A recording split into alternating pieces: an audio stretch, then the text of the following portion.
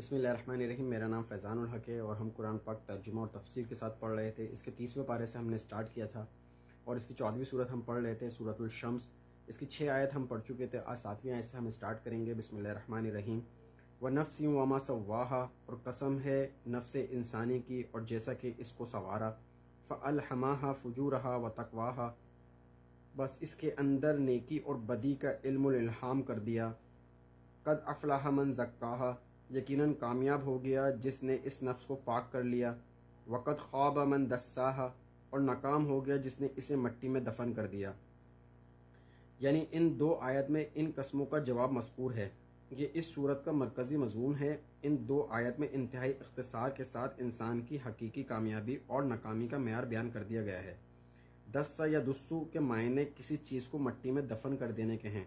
سورہ نحل آیت 59 میں ہم پڑھ چکے ہیں، اَيُمْسِكُهُ عَلَى هُونٍ أَمْ يَدُسُّهُ فِي التُّرَابِ۔ اس آیت میں قبل از اسلام زمانے کے عربوں کی ایک خاص ذہنیت کے بارے میں بتایا گیا ہے کہ ان میں سے جس شخص کے گھر بیٹی پیدا ہوتی تھی وہ یا تو اسے ذلت امیز طریقے سے زندہ رکھتا ہے یا زندہ دفن کر دیتا ہے۔ یہاں دسا دراصل دسس کی باب التفعیل ہے، اس کے آخری سین کو یا سے بدل دیا گیا ہے۔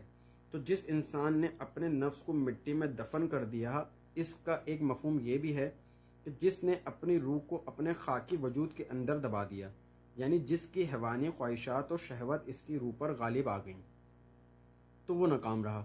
البتہ جیسے کہ سورہ اعلیٰ کے مطالعے کے دوران بھی نشاندہی کی گئی ہے، زیر مطالعہ صورتوں کے مضامین میں سے اکثر کا تعلق سورۃ الاعلیٰ کے مضامین کے ساتھ ہے۔ چنانچہ سورہ اعلیٰ میں قد افلح من تزکا کے الفاظ میں جو مضمون انتہائی مختصر انداز میں آیا تھا، یوں سمجھیں کہ اب آیت زیر مطالعہ میں اس مضمون کو مزید تفصیل سے بیان کیا گیا ہے۔